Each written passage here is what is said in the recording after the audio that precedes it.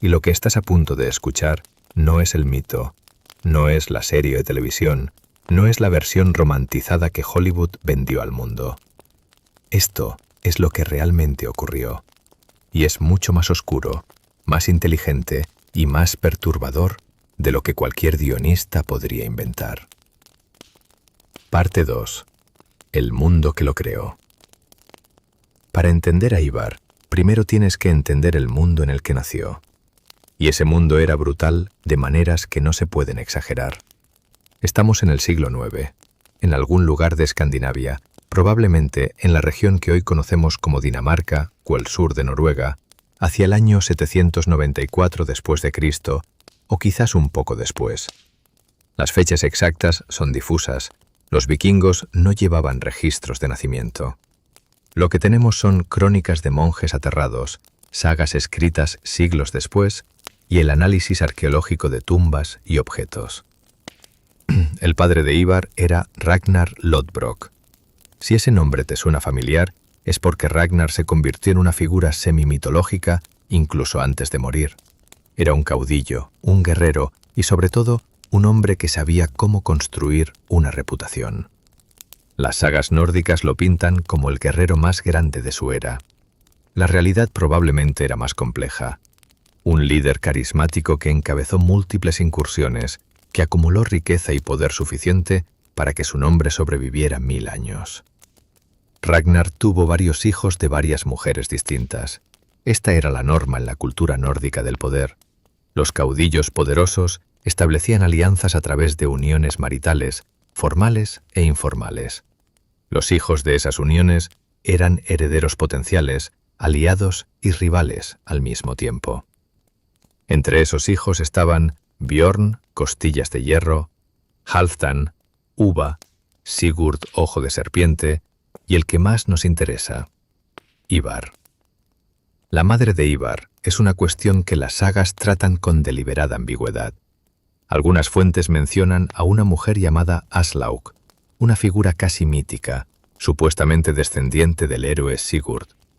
Si esto era verdad o pura invención genealógica para dotar a sus hijos de mayor legitimidad, es imposible saberlo.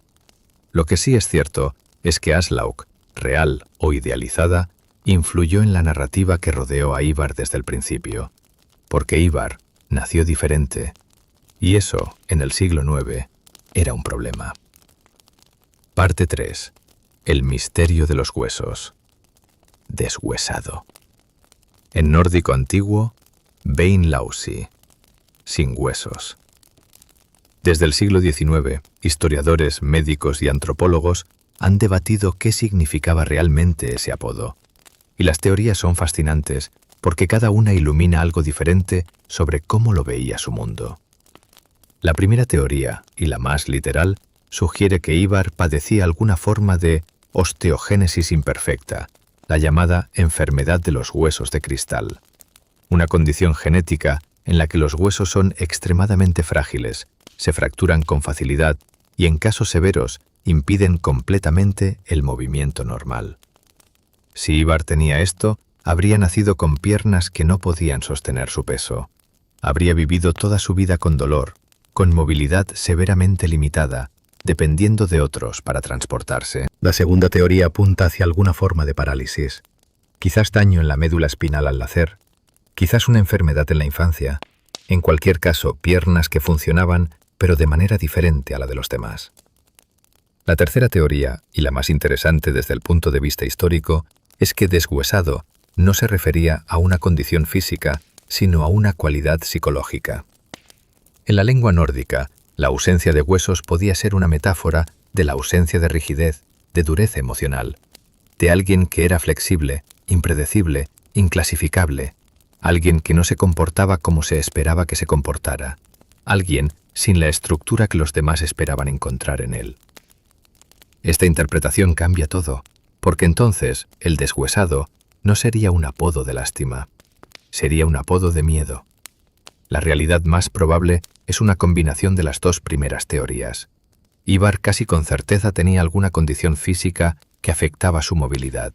Las sagas son consistentes en ese punto, pero también hay algo en él, en la forma en que se comportaba, en las decisiones que tomaba, que sugiere que sus contemporáneos vieron en él algo que iba más allá de la condición física, algo que los perturbaba en un nivel más profundo. Lo que sea que lo hiciera diferente, Ivar lo convirtió en una ventaja, y eso es lo que hace su historia extraordinaria. Parte 4. Crecer en el mundo de Ragnar. ¿Cómo crece un niño con una discapacidad significativa en una cultura que idolatra la fuerza física? La respuesta corta es, con mucha dificultad y con adaptación. La cultura vikinga valoraba la batalla, valoraba la fuerza del brazo, la resistencia en el combate, la capacidad de matar y sobrevivir. Un hombre que no podía luchar de pie era, en principio, un hombre que no podía demostrar su valor de la manera más directa y más celebrada. Pero la cultura vikinga también valoraba otra cosa, la astucia, el ingenio, la capacidad de superar obstáculos con la mente cuando el cuerpo no alcanzaba. Los dioses nórdicos mismos eran figuras complejas, no simples máquinas de fuerza. Odín, el dios más importante del panteón nórdico, no era conocido por su poder físico, era conocido por su sabiduría, su astucia y su disposición a hacer sacrificios extremos para obtener conocimiento. Odín sacrificó un ojo para ver más. Odín se colgó de Yggdrasil durante 9 días para obtener el conocimiento de las runas. Odín engañaba, manipulaba y conspiraba porque comprendía que la victoria no siempre va al más fuerte, va al más listo. Ivar aprendió esa lección, o quizás ya la traía en los huesos, o en la falta de ellos. Desde niño, las crónicas y las sagas sugieren que Ivar compensó su limitación física con un desarrollo extraordinario en otras áreas. Era inteligente de una manera que inquietaba a quienes lo rodeaban. Observaba, calculaba, esperaba. Mientras sus hermanos resolvían los problemas con violencia directa, Ivar tendía a buscar ángulos, a identificar debilidades, a planificar más de un movimiento por adelantado. Era también, según las fuentes, un maestro de la retórica. Podía hablar, podía convencer. En un mundo donde el liderazgo dependía tanto de la capacidad de inspirar a los guerreros como de la capacidad de vencerlos en batalla, esa habilidad era oro. Creció rodeado de guerreros extraordinarios, hijos de Ragnar, cada uno con sus propios atributos. Bjorn, Costillas de Hierro, era el guerrero puro, el que llevaba el nombre de Ragnar en su reputación marcial. Halfdan era brutal y efectivo. Uva era el tipo de líder que los hombres seguían por instinto animal, porque proyectaba peligro. Ivar era diferente a todos ellos, y todos ellos lo sabían. Parte 5. La caída de Ragnar y el juramento de venganza. Aquí comienza la parte central de la historia, la que define todo lo que vino después. Ragnar Lodbrok murió de una manera que solo podía haber ocurrido en el siglo IX. Había atacado Inglaterra, específicamente el reino de Northumbria, en el norte de la isla. Las circunstancias exactas de ese ataque son confusas. Algunas fuentes dicen que fue una expedición de conquista, otras dicen que fue una incursión de saqueo que salió terriblemente mal. Lo que sí sabemos es que el rey de Northumbria en ese momento se llamaba Aela. Aela capturó a Ragnar, y en lugar de ejecutarlo con la dignidad que un guerrero podría esperar, Aela eligió otro camino. Lo arrojó a un pozo lleno de serpientes. Deja que esa imagen se asiente por un momento. Un hombre encerrado en un espacio oscuro con decenas de serpientes venenosas, muriendo lentamente, con picaduras repetidas, con el veneno trabajando en su sistema, mientras sus enemigos observaban. Esa era la muerte que Aela eligió para Ragnar Lodbrok. Y mientras moría, según las sagas, Ragnar pronunció las palabras que se convertirían en la sentencia de muerte de su asesino. Palabras que eran una promesa más que un lamento. ¿Cómo gruñirían los cerditos si supieran lo que sufre el viejo jabalí?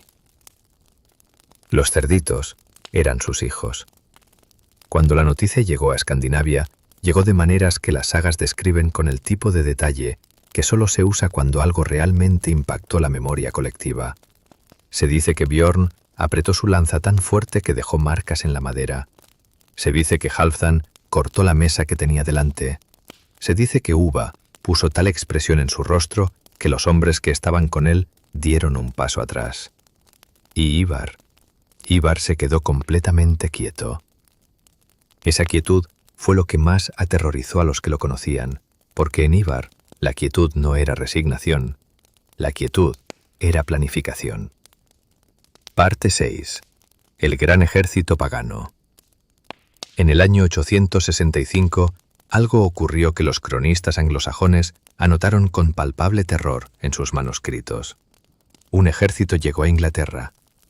No era una incursión, no era una banda de guerreros buscando saquear un monasterio y desaparecer antes del amanecer. Era un ejército de escala que los anglosajones, con su vocabulario limitado para describir el espanto, llamaron simplemente el gran ejército pagano. En inglés antiguo, Mithel hadden here. Grande, pagano, ejército. 3 palabras que cada cronista anglosajón de la época repitió con variaciones de terror en su voz. ¿Qué tan grande era? Las estimaciones modernas varían enormemente. Algunos historiadores dicen varios miles, algunos dicen decenas de miles. La arqueología ha descubierto campamentos de ese periodo en Inglaterra que sugieren operaciones de una escala sin precedentes en la experiencia anglosajona. No eran grupos de raid, eran fuerzas de ocupación. Al frente de ese ejército, o más precisamente como uno de sus comandantes principales, estaba Ivar, el hombre sin huesos, el hombre que no podía caminar, el hombre que sus propios guerreros tenían que transportar al campo de batalla. Ese hombre había organizado la mayor invasión nórdica de Inglaterra hasta ese momento. Piensa en lo que eso implica logísticamente. Reunir guerreros de diferentes clanes, de diferentes regiones, bajo un propósito común, requiere algo más que el apellido del padre. Requiere negociación, requiere promesas de botín, requiere convencer a hombres orgullosos y violentos de que están tomando una buena decisión al seguirte. Ivar lo hizo. Sus hermanos estaban con él, Halfdan, Ubba, posiblemente Bjorn en algún punto. Pero Ivar parece haber sido el estratega central, el que diseñó la operación en términos de objetivos, timing y diplomacia. El gran ejército pagano desembarcó en East Anglia, no en Northumbria, donde estaba Aella, su objetivo principal, en East Anglia, en el sureste. ¿Por qué? Porque Ivar pensaba en términos de recursos y de líneas de suministro. East Anglia era rica, East Anglia tenía caballos, y un ejército de infantería nórdica moviéndose por tierra necesitaba caballos si quería moverse rápido. El rey de East Anglia, Idmund, tomó la decisión más racional disponible. En lugar de luchar, pagó. Entregó suministros, entregó caballos, y el gran ejército pagano continuó su marcha hacia el norte. Era exactamente lo que Ivar quería. Parte 7. Northumbria. El primer objetivo. Northumbria, en el otoño del 866, era un reino en guerra consigo mismo. El rey legítimo, Osbert, había sido depuesto por un noble rival llamado Aella, el mismo Aella que había ejecutado a Ragnar, el mismo Aella que había arrojado al padre de Ivar a un pozo de serpientes. Pero en lugar de presentar esto como una venganza simple y directa, Ivar hizo algo más inteligente. Esperó. Esperó a que Northumbria estuviera suficientemente fracturada por su propia guerra civil. Esperó a que las fuerzas de Osbert y Aella estuvieran agotadas de luchar entre sí. Y luego, en el otoño del año 866, el gran ejército pagano capturó York. York, la ciudad más importante del norte de Inglaterra, el centro administrativo, económico y simbólico de Northumbria. Cayó en manos nórdicas casi sin resistencia. Los cronistas anglosajones describen la toma de York con pocas palabras, lo que probablemente significa que ocurrió más rápido de lo que pudieron procesar. La ciudad tenía murallas romanas antiguas, deterioradas en muchos puntos. El gran ejército pagano simplemente las atravesó, y entonces ocurrió algo que Ivar probablemente no anticipó, o quizás sí anticipó, y por eso esperó. Osbert y Aella, los dos rivales, se unieron. Frente a una amenaza externa suficientemente grande, los dos reyes en guerra de Northumbria dejaron de pelear entre sí. Reunieron un ejército combinado. Y en la primavera del 867 atacaron York. Fue un error catastrófico. Las murallas romanas que los nórdicos habían encontrado deterioradas habían sido reparadas durante el invierno. Desde dentro. Ivar había tenido meses para preparar las defensas de York. Los ejércitos de Osbert y Aella rompieron las murallas en varios puntos, pero los nórdicos esperaban dentro, preparados, y contraatacaron con una ferocidad que las fuentes anglosajonas describen con el tipo de lenguaje que solo se usa para derrotas totales. Osbert murió en la batalla. Aella fue capturado. Y aquí llegamos a uno de los momentos más oscuros y más debatidos de toda esta historia. Parte 8. El águila de sangre. Lo que ocurrió a Aella después de su captura es algo que los historiadores han debatido durante más de un siglo. Las sagas nórdicas, escritas siglos después de los hechos, describen un ritual de ejecución llamado el águila de sangre. En esa descripción, la víctima era colocada boca abajo, se le abrían las costillas por la espalda, se separaban del cuerpo y se sacaban los pulmones para que se extendieran como alas a cada lado. Es una imagen de una brutalidad casi incomprensible. ¿Ocurrió realmente? Los historiadores modernos están divididos. La mayoría de los académicos contemporáneos son escépticos. El águila de sangre como ritual documentado aparece principalmente en sagas tardías y poemas escáldicos, géneros literarios con una fuerte tendencia hacia la exageración dramática y la elaboración posterior. No hay fuentes anglosajonas contemporáneas que describan la ejecución de Aella con ese nivel de detalle. Lo que sí sabemos con certeza es que Aella fue capturado y que murió, que los nórdicos lo ejecutaron y que la muerte fue, en alguna forma, considerada suficientemente significativa como para ser recordada como un acto de venganza por la muerte de Ragnar. Pero incluso si el águila de sangre fue una invención posterior, lo que no está en disputa es esto. Ivar mató a Aella, venció al hombre que había matado a su padre, y lo hizo de una manera que convenció a toda Northumbria de que resistir era una mala idea. Después de la caída de York y la muerte de Aella, Northumbria no luchó más. Northumbria negoció. Y Ivar, que había llegado como un conquistador, se comportó como un político. Parte 9. La diplomacia del guerrero. Este es el aspecto de Ivar que la narrativa popular tiende a ignorar, y es posiblemente el más importante. Después de tomar York, Ivar no arrasó Northumbria, no convirtió el reino en cenizas, puso en el trono a un rey anglosajón llamado Egbert, un hombre que gobernaría como rey títere bajo supervisión nórdica. Es un movimiento de una sofisticación política notable para cualquier época. ¿Por qué no conquistar directamente? ¿Por qué dejar a un rey anglosajón en el poder? Porque gobernar un territorio hostil directamente cuesta soldados, cuesta recursos, cuesta tiempo, y el gran ejército pagano todavía tenía objetivos. Un rey títere que mantiene el orden local, recauda impuestos y evita rebeliones es infinitamente más eficiente que una guarnición nórdica permanente que necesita suministros y reemplazos constantes. Ivar pensaba en términos de retorno de inversión, pensaba en términos de lo que cada movimiento costaba y lo que rendía. Dejó Northumbria funcionando como un estado cliente y se movió al sur. En el año 869, el gran ejército pagano estaba en East Anglia, el mismo reino que los había recibido con caballos y suministros 4 años antes. El rey que los había recibido, Eadmund, era ahora un problema. Eadmund se negó a rendir su reino, o más precisamente, Eadmund se negó a compartir su reino con los paganos, a renunciar al cristianismo, a aceptar las condiciones que los nórdicos ponían sobre la mesa. Era una cuestión de principios. Eadmund era profundamente religioso y sus principios eran inflexibles. Esa inflexibilidad lo mató. Eadmund fue capturado, atado a un árbol, usado como blanco de práctica por los arqueros nórdicos. Murió lleno de flechas. Las crónicas anglosajonas lo describen como un mártir. La Iglesia Católica eventualmente lo canonizó. Se convirtió en San Eadmundo. Su historia es trágica e inspiradora desde la perspectiva cristiana de la época.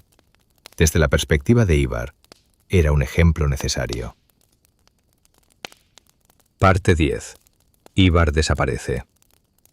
Y aquí ocurre algo extraordinario, algo que pocas narrativas sobre Ivar tratan con la atención que merece. Después de la campaña en East Anglia, Ivar desaparece de las fuentes. No gradualmente, no con la ambigüedad de un líder que reduce su actividad, simplemente desaparece de las crónicas anglosajonas. El gran ejército pagano continúa su campaña bajo el liderazgo de sus otros comandantes, principalmente Halfdan. Pero Ivar ya no aparece en los registros ingleses. ¿Qué ocurrió?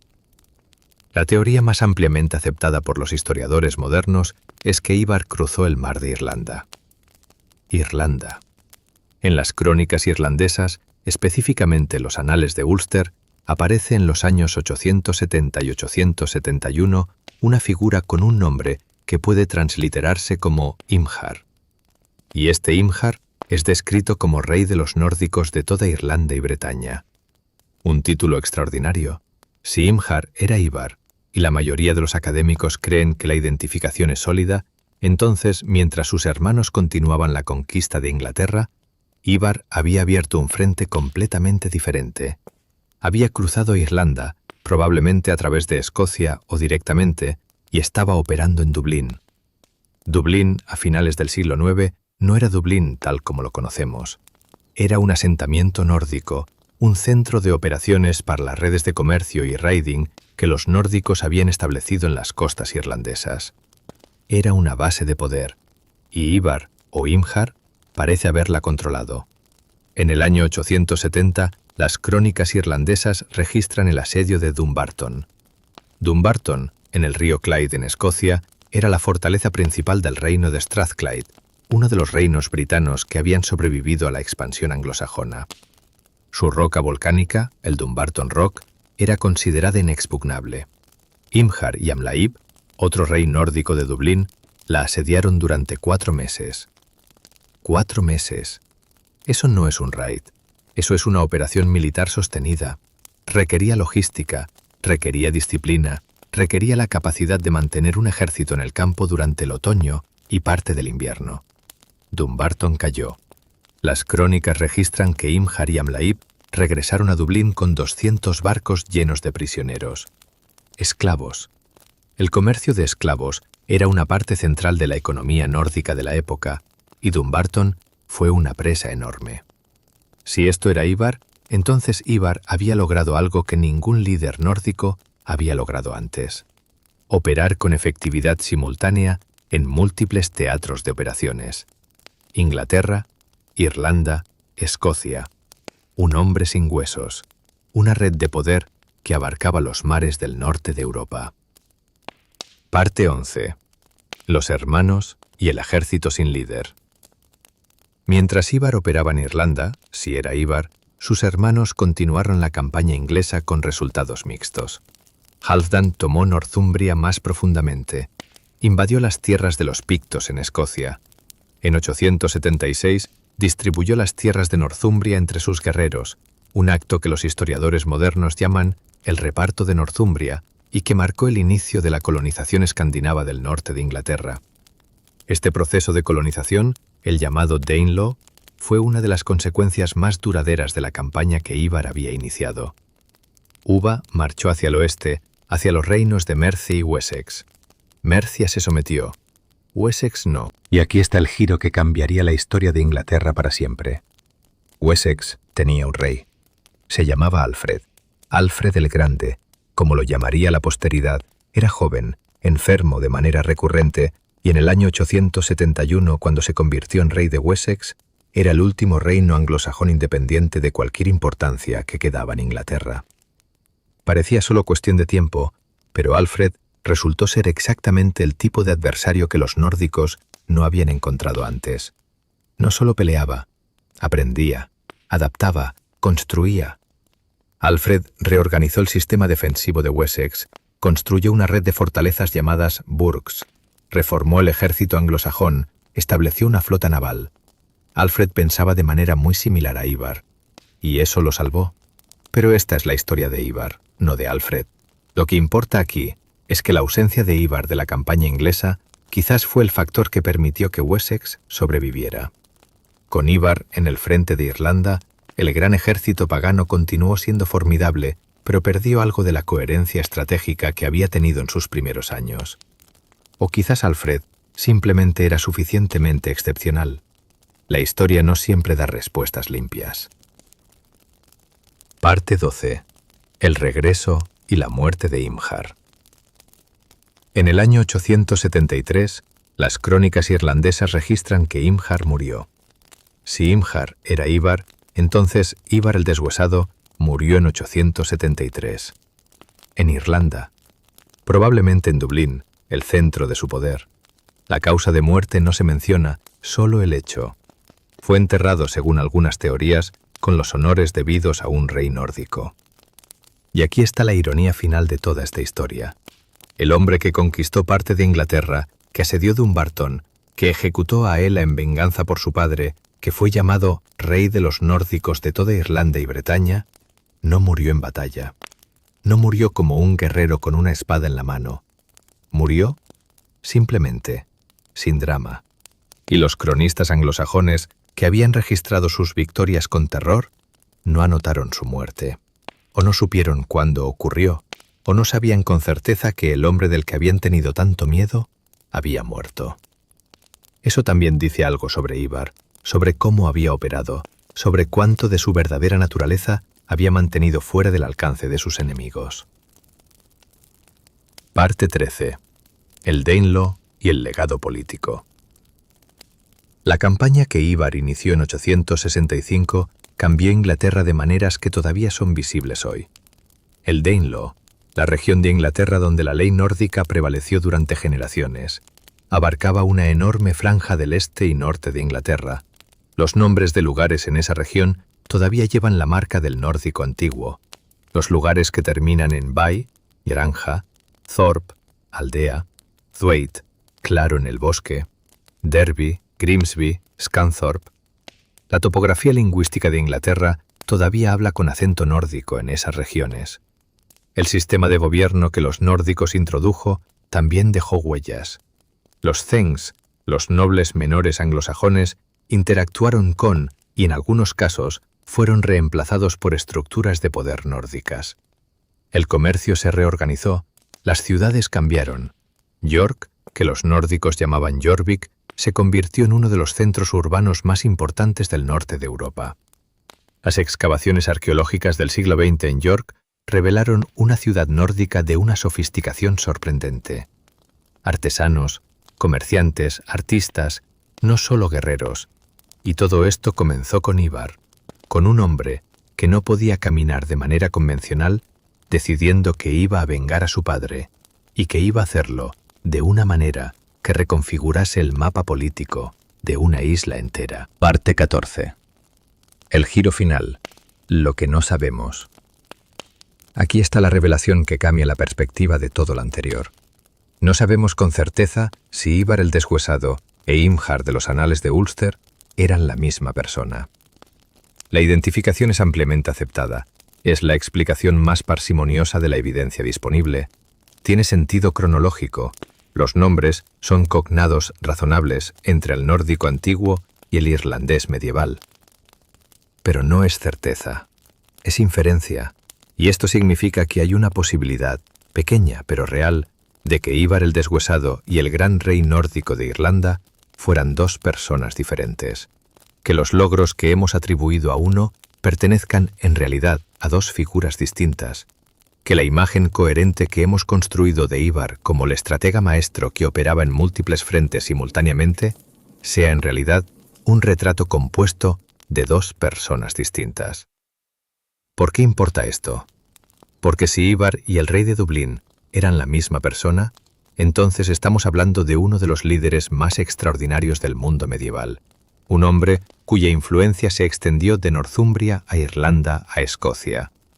Pero si eran personas diferentes, entonces Ivar, el verdadero Ivar Ragnarsson, puede haber sido algo más limitado, más regional, un comandante brillante en la campaña inglesa de los años 860, pero quizás no el arquitecto del mundo nórdico del Atlántico Norte que la narrativa nos ha pintado.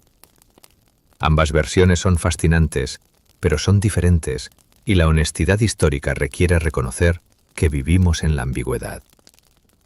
Lo que sí sabemos con certeza es esto. Alguien lideró el gran ejército pagano del año 865.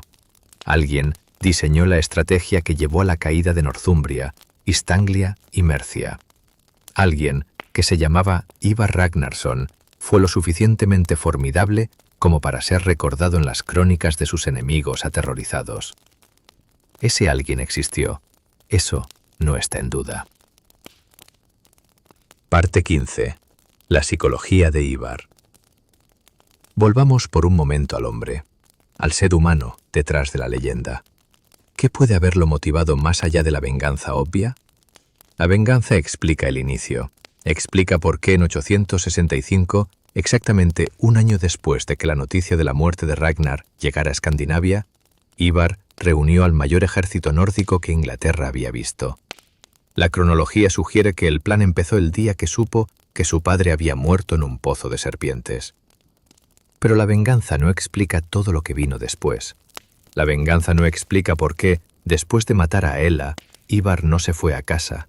No explica por qué continuó, por qué expandió, por qué parece haberse convertido en algo más que un hijo que vengaba a su padre. ¿Ambición? Sin duda, pero la ambición también es una explicación incompleta. Lo que las acciones de Ivar sugieren, cuando las analizas en conjunto, es algo más específico. La necesidad de demostrar. La necesidad de demostrar que un hombre con su condición, que un hombre al que podían haber descartado desde el nacimiento, podía no solo igualar a los guerreros convencionales, sino superarlos. No en la arena de la fuerza bruta, sino en la arena que realmente importaba, los resultados. Ivar fue tal vez el primero en comprender que en la guerra medieval, como en cualquier guerra, la inteligencia estratégica era una forma de fuerza. Que no necesitaba ser el hombre más fuerte en el campo de batalla si eras el hombre que había diseñado el campo de batalla antes de que la batalla comenzara. Sus hermanos eran más fuertes físicamente, probablemente más imponentes, probablemente mejores en el combate individual. Ivar ganó más. Parte 16. El legado en la memoria cultural. La figura de Ivar el Deshuesado ha sobrevivido en la memoria cultural de maneras que revelan más sobre los miedos y fascinaciones de cada época que sobre el hombre real. En la Escandinavia medieval, Ivar aparece en las sagas como una figura casi sobrenatural, el deshuesado que es más peligroso que cualquier guerrero convencional precisamente porque no se puede predecir, porque opera según reglas diferentes. En la Inglaterra anglosajona tardía es el símbolo del peligro nórdico, el invasor que llegó y cambió todo, que tomó las tierras del norte y las convirtió en algo diferente. En el siglo XXI, la serie de televisión Vikings y su secuela Vikings Valhalla lo convirtieron en un personaje televisivo extraordinario, interpretado de maneras que capturaron algo de su complejidad, pero inevitablemente también lo romantizaron, lo simplificaron y lo ajustaron a las convenciones narrativas de la televisión moderna. El Ivar televisivo es aterrador y simpático al mismo tiempo. Tiene arcos de redención, momentos de vulnerabilidad, relaciones emocionales complejas. El Ivar histórico no nos permite ese lujo. El Ivar histórico existe en fragmentos, en anotaciones brevísimas en manuscritos de monjes, en sagas escritas siglos después con propósitos que no siempre eran la verdad histórica, en análisis arqueológicos que nos dicen lo que dejó en el mundo físico, pero no lo que pensaba, no lo que sentía, no lo que quería. El verdadero Ivar el Deshuesado es, en muchos sentidos, irreconocible. Y quizás eso sea lo más apropiado. Un hombre que pasó toda su vida siendo subestimado, siendo visto de maneras que no capturaban lo que realmente era. Un hombre que usó esa subestimación como herramienta, que sobrevivió y prosperó en parte porque sus enemigos nunca supieron exactamente a qué se enfrentaban. Que siguiera siendo misterioso, incluso después de 1000 años, parece casi justo. Parte 17. Conflicto central. La batalla por Northumbria.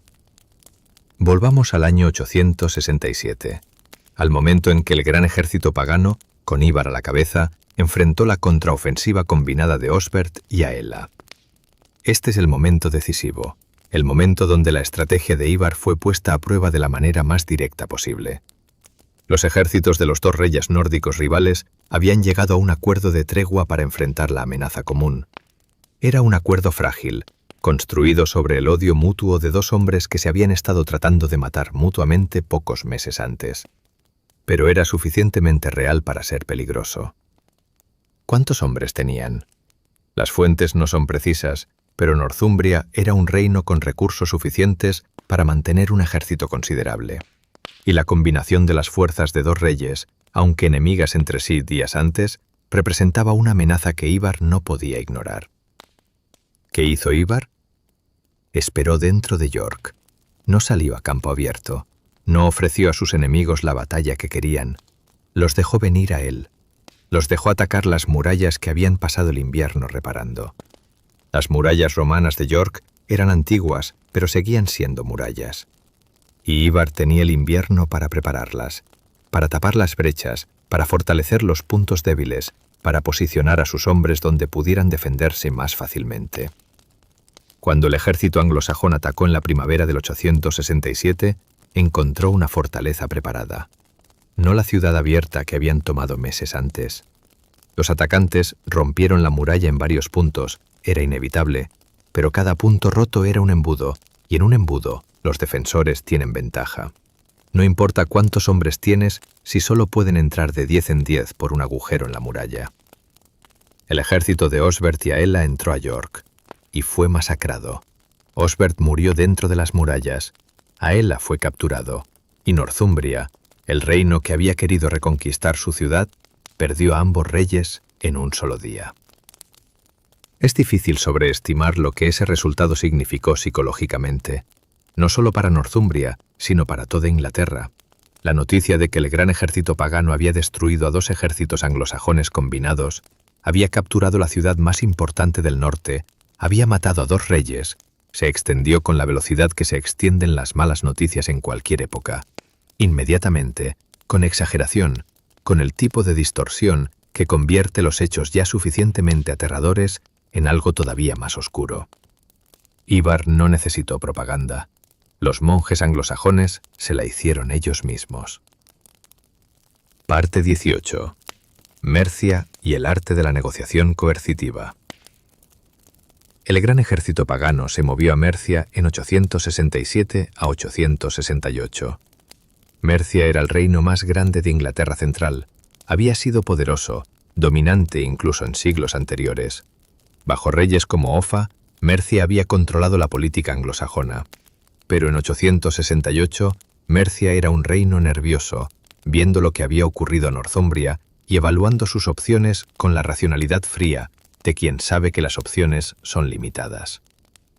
El rey de Mercia en ese momento era Burred, y Burred hizo algo inteligente. Pidió ayuda a Wessex.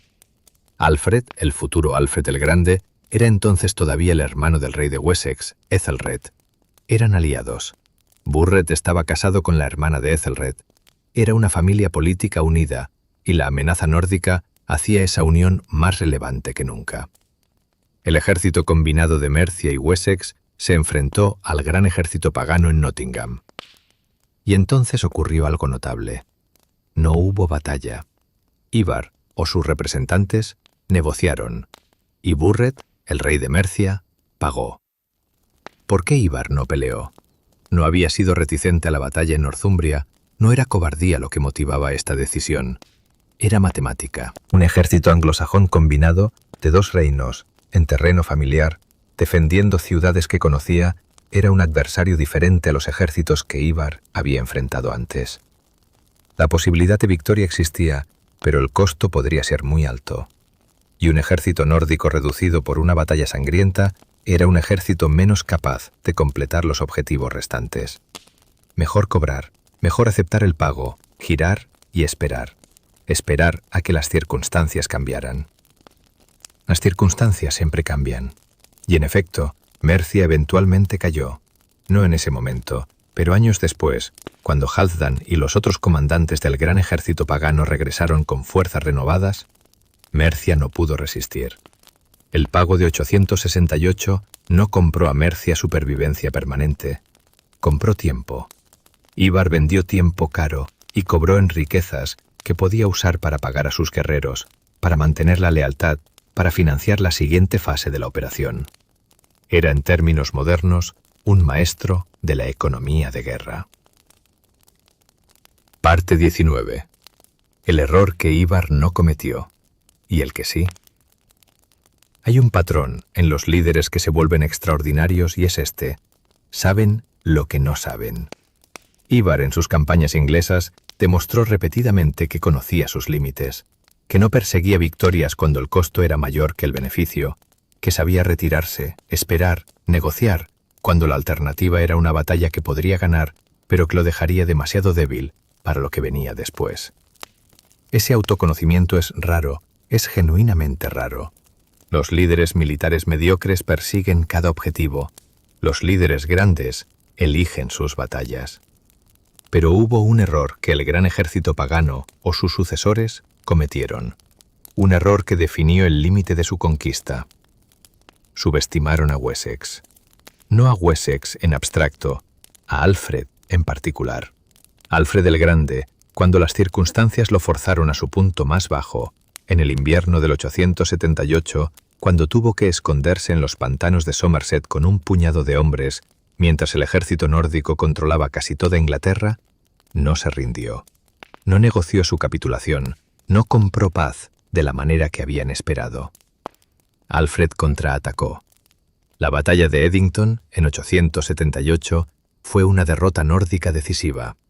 Guthrum, el líder nórdico que había llevado la campaña a ese punto, no solo perdió la batalla, perdió la guerra.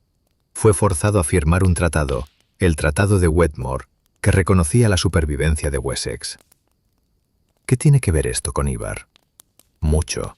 Porque si Ivar murió en 873, si Imhar y Ivar eran la misma persona, y ese Imhar murió en Irlanda en ese año, entonces Ivar no estuvo presente para la campaña contra Wessex.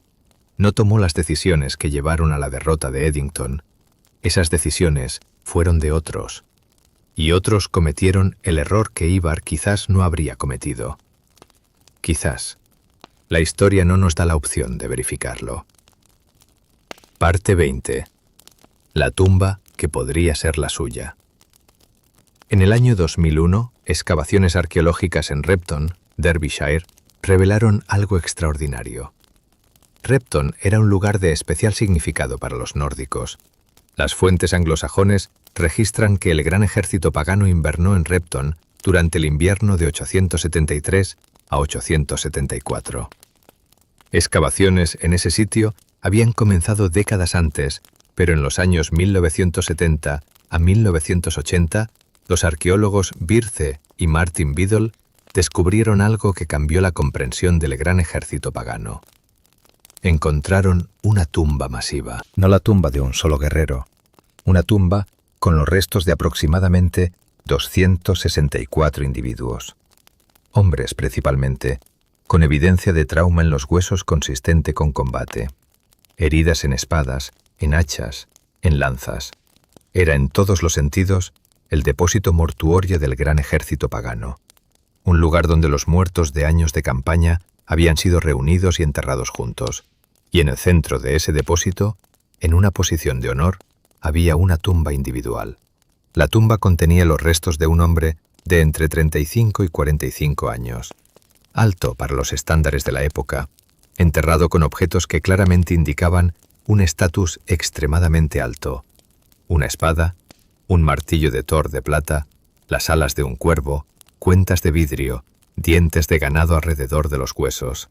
Y lo más significativo, los huesos de sus piernas mostraban señales de una condición que había afectado su movilidad. ¿Era Ivar el deshuesado? Los arqueólogos han sido cuidadosamente prudentes en sus conclusiones. No se puede confirmar. Datación por radiocarbono coloca los huesos en el rango del siglo IX, consistente con la fecha de muerte de Ivar o Imhar, pero el rango de incertidumbre es suficientemente amplio para que la identificación no sea definitiva. Pero es posible, es muy posible, que en una vitrina de un museo en algún lugar de Inglaterra descansen los huesos de Ivar el deshuesado, los huesos del hombre sin huesos, los huesos que fueron fuertes suficientes para soportar una vida de dolor y movimiento limitado, mientras su mente conquistaba un mundo que su cuerpo no podía cruzar de la manera convencional. Si esa tumba es de Ivar, si esos huesos son los suyos, entonces el círculo se cierra de una manera casi poética. El deshuesado, reconocible incluso en la muerte, por lo que sus huesos revelan sobre su vida. Parte 21. Reflexión final. Lo que nos deja Ivar. ¿Por qué sigue importando Ivar el deshuesado? No es solo la brutalidad. El siglo IX estaba lleno de violencia, de conquistas, de hombres que construyeron imperios sobre la muerte de otros. Muchos de ellos han sido olvidados. No es solo la venganza. La historia de un hijo que venga a su padre es tan vieja como la historia misma. No la habría sobrevivido si solo fuera eso. Es algo más específico, algo que resuena de maneras que quizás no esperamos. Ivar el deshuesado fue un hombre que nació en circunstancias que debían haberlo limitado y decidió que no lo harían. No de manera heroica y cinematográfica, no con un gran discurso de superación personal, de una manera más oscura y más interesante, descubriendo dónde estaban sus ventajas reales y explotándolas sin piedad.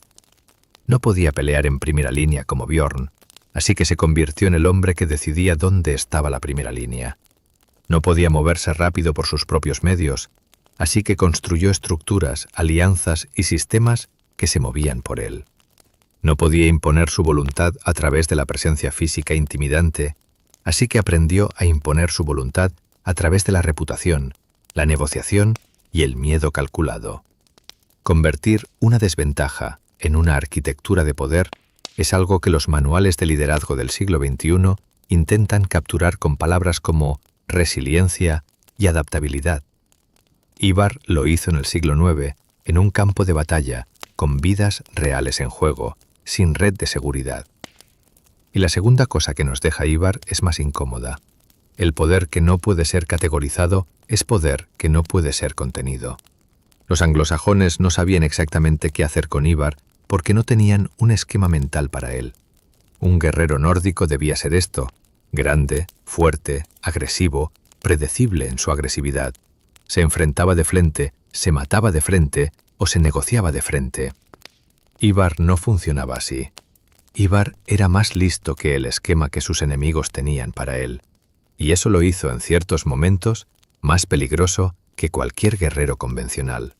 Porque un enemigo que no puedes predecir es un enemigo que ya tiene ventaja sobre ti. La historia está llena de personas que fueron subestimadas y lo pagaron caro. A ella lo pagó caro. Y la tercera cosa que nos deja Ivar, quizás la más duradera, es el territorio. La Inglaterra que conocemos hoy, su geografía política, sus divisiones regionales, incluso parte de su vocabulario, lleva las huellas de lo que el gran ejército pagano hizo entre 865 y 880. El norte de Inglaterra habla diferente al sur de Inglaterra, piensa diferente al sur de Inglaterra, tiene una identidad diferente al sur de Inglaterra, en parte porque durante décadas fue gobernada por las reglas que los nórdicos impusieron. Ese es el legado de Ivar en su versión más concreta. No es un monumento, no es una tumba confirmada, ni siquiera un nombre completamente cierto en los libros de historia. Un acento, una forma de nombrar los lugares, una manera de dividir la tierra. El deshuesado dejó sus huellas en los huesos de un país. Epílogo. En algún lugar del norte de Europa, en el año 873 o cerca de él, un hombre murió. Había pasado su vida siendo transportado por otros cuando no podía moverse por sus propios medios. Había pasado su vida siendo visto como una anomalía, como algo que no encajaba en los esquemas de lo que un líder, un guerrero, un vikingo debía ser.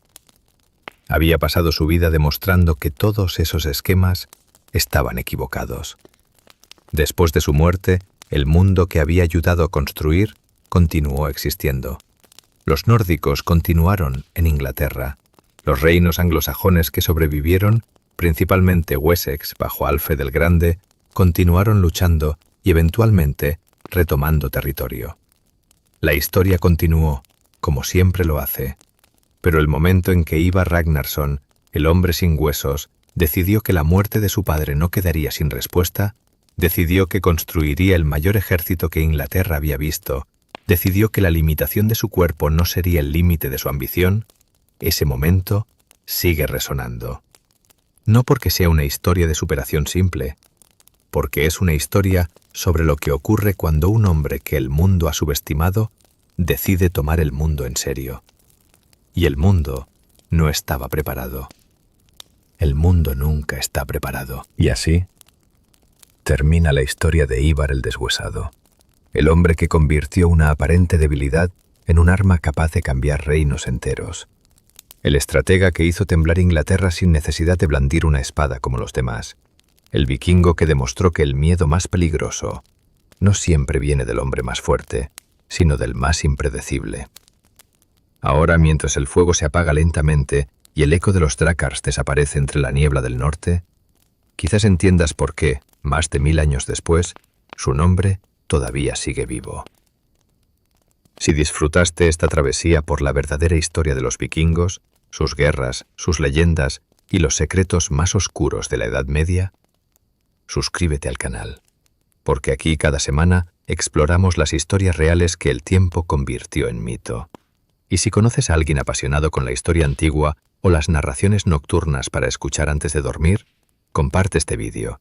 Eso ayuda muchísimo al canal y nos permite seguir creando historias. Ahora descansa. Y recuerda, en algún lugar del norte, entre la niebla y el mar helado, los cuervos de Odín todavía observan.